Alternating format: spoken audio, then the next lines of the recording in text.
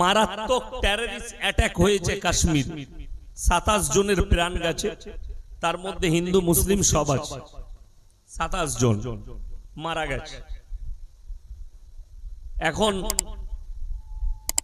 কিছু পাকিস্তানি উগ্রপন্থী জঙ্গি আছে যাদের মনোভাব যে হিন্দুদিকে মারো, অমুসলিমকে মারো, এই যে মনোভাব, নিরীহ মানুষকে মেরে দাও, এই যে মনোভাব, এটা কিন্তু ইসলামের মনোভাব নয়, এটা ইসলাম স্বীকৃতি দেয়। এটা যারা ভাবে তারা আমার নবীর উম্মত নয়। যদি বলেন কেন, কোরআনে আছে, আল্লাহ তাআলা বললেন, এটা প্রত্যেকটা মুসলমান কান খুলে শুনেন এবং অপরকে মেসেজটা পাঠাবেন, আপনার হিন্দু, দলিত, আদিবাসী বন্ধু বান্ধব। কোরআনে আছে কোন মানুষকে, কোন ধর্মের কথা আল্লাহ বলেননি, কোন মানুষকে, নিরীহ মানুষকে অন্যায়ভাবে যদি হত্যা করে, সে গোটা মানব জাতিকে হত্যা করলো। কোন মানুষের যদি উপকার করে, সে গোটা মানব জাতির উপকার করলো। এইটা হচ্ছে আমার আল্লাহর আদেশ। অর্থাৎ অন্যায়ভাবে তোমরা কেউ কি হত্যা করো না। কালকে যে ঘটনা ঘটিয়েছে পাকিস্তানের জঙ্গিরা, এটা নক্করজনক এবং লজ্জাজনক, বেদনাদায়ক। এখন সরকার যারা চালাচ্ছে তারা কূটনৈতিক মনোভাব নিচ্ছেন কিভাবে তাদের সঙ্গে বদলা নিবে, ই করবে। কিন্তু বিশ্বাস করুন, একটা নিরীহ মানুষ মারা যাবে, তাকে মেরে দিবে কেউ গুলি করে, এটা হতে পারে, এটা বরদাস্ত করা যেতে পারে। আপনার চোখের সামনে একটা মানুষ মারা যাবে। আমি আমার জীবনে একটা জলসা আমি ক্যান্সেল যেতে পারিনি, তার একটা কারণ। তো তারা আমাকে কিছু বলেনি, কারণটা হচ্ছে আমি বীরভূম ডিস্ট্রিক্টে জলসা ছিল, আমার বাড়ি থেকে প্রায় 110 কিলোমিটার দূরে। তো ওখানে ইলেমবাজার পেরিয়ে একটা জঙ্গল পড়ে, 11 মাইল জঙ্গল। সেই জঙ্গলে দুজন মা বেটা মোটরসাইকেলে অ্যাক্সিডেন্ট হয়ে পড়েছিল। তো আমি গিয়ে দাঁড়ালাম, দেখছি মাটা মরণাপন্ন অবস্থা, রক্ত ঝরছে। তো কোনো গাড়ি দাঁড়ায়নি, তার বাইক পড়ে আছে। তাকে তাড়াতাড়ি আমার গাড়িতে তুলে নিয়ে আমি হসপিটালে পৌঁছালাম। বীরভূমের যে বোলপুর বলে একটা জায়গা আছে, সেখানে সিয়ান হসপিটাল। তো আমার অনেক দেরি হয়ে গেল, আমি জলসায় পৌঁছাতে পারলাম না। তাদের উপকার করতে গিয়ে তাদেরকে বললাম, ভাই এই ব্যাপার হয়েছে। তাদের মধ্যে কেউ খারাপ কথা বলেছে, আমি কিছু মনে করিনি। তো তাদের পরিবাররা এলো, এসে তারা আমাকে অনেক আশীর্বাদ দিচ্ছে, অনেক কিছু। আমি খালি এতটুকু ভেবেছি, আমি একটা মানুষের উপকার করেছি, কোন ধর্মের জানি না, আমি উপকার করেছি, এর বদলা আল্লাহ আমাকে দিবে। এটা হচ্ছে আমার নিয়ত, এটা একটা মুসলমানের নিয়ত হতে হবে। আপনি দেখবেন না কে তার উপকার করুন।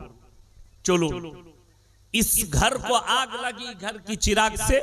আমি এই কথা কেন বলছি শুনে নিন। এখন ভারতবর্ষে চারিদিকে আন্দোলন চলছে, ওয়াকফ বিল নিয়ে চারিদিকে আন্দোলন হচ্ছে।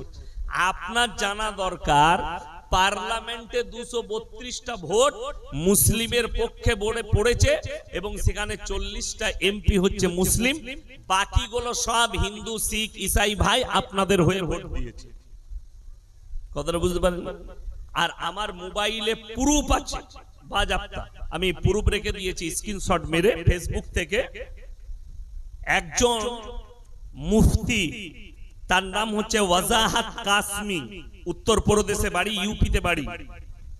তো কাসমি মানে যে দেওবান থেকে, দারুল উলুম দেওবান এশিয়া মহাদেশের সব থেকে বড় মাদ্রাসা, সেইখান থেকে যে পড়ে আসে তাকে কাসমি বলা হয়, কিংবা গোদা বাংলায় অনেক লোকে দেওবান্দি বলে।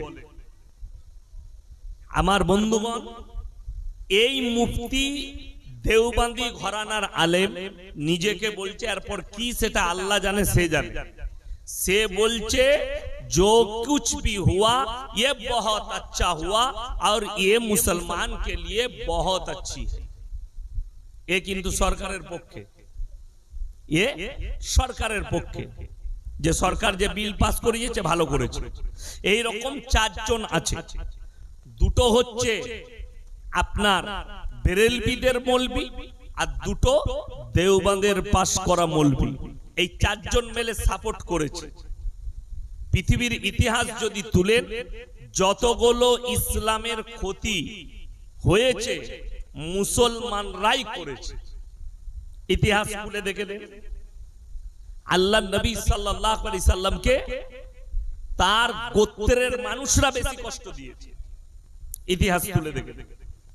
শুধু তাই নয়, হযরতে হোসেন রাদিয়াল্লাহু তাআলা আনহু শহীদ হয়েছেন কারবালার প্রান্তরে। হয়েছেন না হননি? কথা বলেন, হযরতে হোসেনকে শহীদ করা হয়নি? এবং তিনি যে শহীদ হয়েছেন কারবালার প্রান্তরে মুসলমানদের হাত দ্বারাই হয়েছে, কোনো অমুসলিমের দ্বারা। অটোমান সাম্রাজ্য তার যে পতন ঘটেছে লাল সাগরে, এবং তার পেছনের যে ষড়যন্ত্রকারী, সেই অটোমান সাম্রাজ্যের ভেতরের লোকরাই ছিল সব মুসলিম। সুলতান আইয়ুবী তার যে পুরো পতন ঘটানোর যে ছকটা এঁকেছিল তার ঘরের লোক। টিপু সুলতান তাকে যে ধোঁকা দিয়েছে তার ঘরের লোক।